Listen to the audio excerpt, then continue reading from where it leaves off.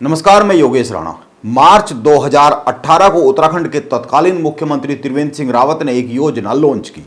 उत्तराखंड में गरीब परिवारों की मदद के लिए उत्तराखंड सहकारी बैंक से उत्तराखंड के गरीब परिवारों को एक लोन देने की योजना।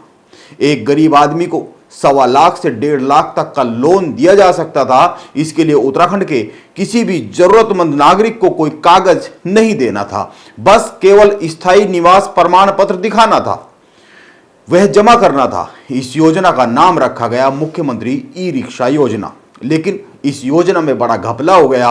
उत्तराखंड के लोगों को लोन बांटने के बजाय 30 करोड़ रुपए उत्तर प्रदेश, बिहार, दिल्ली, हरियाणा जैसे बाहरी राज्यों से उत्तराखंड में आए लोगों को बांट दिए गए। अगर उत्तराखंड में सख्ती के साथ मूल निवास या फिर सख्त भू कानून लागू होता तो यह 30 करोड़ रुपए उत्तराखंड के बाहर से आए लोगों के बजाय उत्तराखंड के नागरिकों को बंटते। इसका फायदा उत्तराखंड के लोगों को ही मिलता। लेकिन उत्तराखंड के नेताओं को इन मुद्दों से कोई सरोकार सीधा सीधा है नहीं। आखिर क्यों उत्तराखंड के नेता इन दोनों मुद्दों पर चुप रहते हैं और क्यों ये दोनों मुद्दे इस वक्त उत्तराखंड में एक बड़ा आंदोलन बनते हुए दिख रहे हैं और किस तरह यह आंदोलन उत्तराखंड के जो दोनों प्रमुख दल हैं, बीजेपी और कांग्रेस, उनके नेताओं के लिए चिंता की वजह बनता हुआ दिखता है। पिछले 23 साल में चुनावी मुद्दे कभी यह दोनों मुद्दे बन नहीं पाए उत्तराखंड में। क्यों, यह समझना जरूरी है। बात को आने वाली 28 जनवरी को हल्द्वानी में घटने वाली एक घटना से शुरू करते हैं। 28 जनवरी को हल्द्वानी में मूल निवास स्वाभिमान महारैली है। उत्तराखंड के करीब 100 संगठन से जुड़े हुए लोग इस महारैली को सफल बनाने में लगे हुए हैं।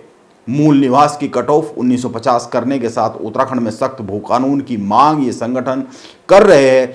ये इस मांगों को मनवाने में कितने सफल होंगे इस पर तो अभी कुछ कहा नहीं जा सकता है। लेकिन दो घटनाओं का जिक्र कर यह समझा जा सकता है कि ये दोनों मुद्दे, यह दोनों जो विषय है उत्तराखंड और उत्तराखंड की राजनीति के लिए किस कदर गहरे तक जुड़े हुए हैं और किस कदर पिछले 23 सालों से इन मुद्दों पर राजनीति होती रही है।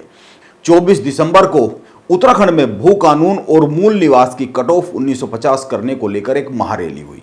उत्तराखंड की बीजेपी सरकार ने इस महारैली में उमड़े जनसमूह को देखकर दो बड़े फैसले तुरंत ले दिए। पहला, उत्तराखंड में भू कानून समिति की सिफारिशों को कैसे लागू किया जाए, इसको समझने के लिए भू कानून प्रारूप समिति का गठन कर दिया। भू कानून को लेकर बनाई गई समिति ने 2022 में 5 सितंबर को अपनी रिपोर्ट उत्तराखंड सरकार को सौंप दी थी। लेकिन उत्तराखंड सरकार ने 1 साल से अधिक का समय गुजर जाने के बाद भी इस पर कोई निर्णय नहीं लिया। लेकिन 24 दिसंबर की देहरादून की महारैली को देखते हुए झट से प्रारूप समिति का गठन कर दिया गया और इसके साथ ही उत्तराखंड की सरकार ने उत्तराखंड से बाहर के राज्यों के लोगों द्वारा उत्तराखंड में कृषि भूमि की खरीद पर रोक लगा दी। कांग्रेस ने भी देहरादून की महारैली के समर्थन में केवल एक ही दिन पहले चिट्ठी लिखी। लेकिन यह अलग बात है कि कांग्रेस के प्रदेश अध्यक्ष कर्ण मेहरा खुलकर मूल निवास की कट ऑफ 1950 करने को लेकर बहुत ज्यादा बोलते नहीं है, वो इनसे बचते हुए नजर आते हैं। इसके बाद आती है 15 जनवरी। इस रोज बागेश्वर में उत्तरायणी मेले के दौरान एक घटना घटी। बागेश्वर में उत्तरायणी पर्व पर मूल निवास भू कानून संघर्ष समिति ने स्थायी निवास की प्रतियां सरयू नदी में प्रवाहित की। बागेश्वर में उत्तरायणी मेले के दौरान आजादी के पहले से ही 1921 से एक परंपरा चली आ रही है। मेले में राजनीतिक दलों को अपने मंच को लगाने की अनुमति दी जाती है। इस बार बागेश्वर के इस मेले में 4 राजनीतिक दलों ने अपने अपने पांडाल लगाए। बीजेपी, कांग्रेस, उत्तराखंड क्रांति दल और बसपा, इन दलों के बड़े नेता यहां पर उपस्थित रहे। बीजेपी नेता भगत सिंह कोश्यारी, अल्मोड़ा से बीजेपी सांसद अजय टम्टा, कांग्रेस के प्रदेश अध्यक्ष कर्ण मेहरा, कांग्रेस नेता गोविंद सिंह कुंजवाल, कांग्रेस के पूर्व सांसद प्रदीप टम्टा, यूकेडी के केंद्रीय अध्यक्ष काशी सिंह एरी और भी कई सारे बड़े नेता यहां पर मौजूद रहे। इन सारे नेताओं ने अपने अपने दलों और अपनी अपनी राजनीतिक नीतियों की खूब चर्चा की। लेकिन किसी ने भी सख्त भू कानून और मूल निवास की कट ऑफ 1950 करने को लेकर खुलकर कोई बयान नहीं दिया, समर्थन नहीं किया। जबकि यहां पर ये नेता अपने अपने पांडाल में बैठे थे और वहीं से कुछ ही दूरी पर मूल निवास की प्रतियां सरयू नदी में बहाई जा रही थी। भगत सिंह कोश्यारी ने कहा कि उत्तराखंड के मुख्यमंत्री पुष्कर सिंह धामी को यह सब पता है कैसा कानून उत्तराखंड में लाया जाना चाहिए। वो भू कानून को लेकर कह रहे थे। कांग्रेस के प्रदेश अध्यक्ष कान्हा मेहरा ने भाजपा शासन को पूरी तरीके से फेल बताया।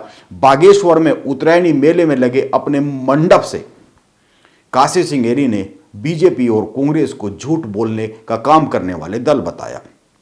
लेकिन इनमें से किसी भी नेता ने यह नहीं कहा कि मूल निवास की कट ऑफ 1950 होनी चाहिए, जो कि देश के सभी राज्यों में लागू है। यानी बात साफ है कि बीजेपी और कांग्रेस के नेता इस आंदोलन से खुद को दूर ही रखना चाहते हैं, इन मुद्दों के बीच में पड़ना नहीं चाहते। अब सवाल यह है कि आखिर दोनों ही दल खुद को क्यों इन दोनों मुद्दों से दूर रखना चाहते हैं, जबकि ये दोनों ही मुद्दे उत्तराखंड में पिछले 23 सालों से चर्चा में है और 23 सालों से उत्तराखंड के ये दोनों ही दल इन पर बात करते रहे। इसको समझने के लिए हाल ही में उजागर हुई एक घटना पर गौर किया जाना चाहिए। कई दिन पहले उत्तराखंड के एक प्रमुख अखबार ने एक खबर छापी है। यह वही खबर है जिसका जिक्र मैंने इस वीडियो के शुरुआत में किया। 2018 में उत्तराखंड के तत्कालीन मुख्यमंत्री त्रिवेंद्र सिंह रावत ने मुख्यमंत्री ई रिक्शा जन कल्याण योजना की शुरुआत की। इस योजना के जरिए उत्तराखंड के उन नागरिकों की मदद की जानी थी जिनके पास कोई रोजगार नहीं था।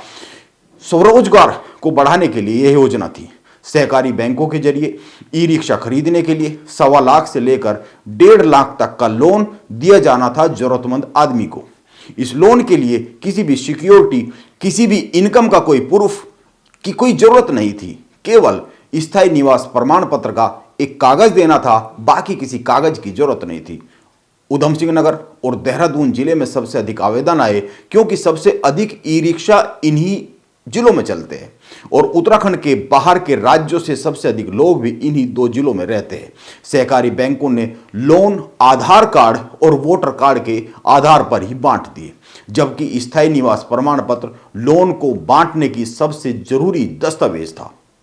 सहकारी बैंकों ने स्थायी निवास प्रमाण पत्र की शर्त को खुद ही हटा दिया और सारा लोन आधार कार्ड और वोटर कार्ड के जरिए ही बांट दिया। यह जांच में साबित हुआ है। अब सवाल उठता है कि ऐसा क्यों और कैसे हुआ। अब आप यह जानते ही है कि वोटर कार्ड राजनीतिक दलों के लोग बड़े पैमाने पर बनवाते हैं अपने अपने वोट बैंक को आगे बढ़ाने के लिए। राजनीतिक दल के नेता चुनाव के पहले अभियान चलाते हैं अपने फेवर के लोगों को अधिक से अधिक वोटर कार्ड बनवाने के लिए। इसीलिए इस घपले में यह भी आशंका जताई जा रही है कि राजनीतिक दलों के कुछ नेताओं ने अपने वोटर को इन लोन को दिलवाने के लिए, उनको लाभ दिलवाने के लिए अपने प्रभाव का इस्तेमाल किया होगा। लेकिन सबसे अधिक महत्वपूर्ण बात यह है कि अगर उत्तराखंड में मूल निवास प्रमाण पत्र लागू होता और इसको सख्ती से पालन में लाया जाता तो यह 30 करोड़ रुपए उत्तराखंड के लोगों को ही लोन के रूप में मिलता। इसमें धांधली ना हुई होती। इस लोन के लिए मूल निवास के बजाय स्थायी निवास प्रमाण पत्र को जरूरी किया गया था, और अगर स्थायी निवास प्रमाण पत्र को ही किया गया था तो इस पर भी सख्ती से पालन किया जाता तो भी यह लोन अधिक से अधिक उत्तराखंड के लोगों को ही मिलता। लेकिन इस सरकारी योजना में इस नियम का पालन नहीं हुआ, तो इसीलिए यह लोन उत्तराखंड के लोगों को नहीं मिला।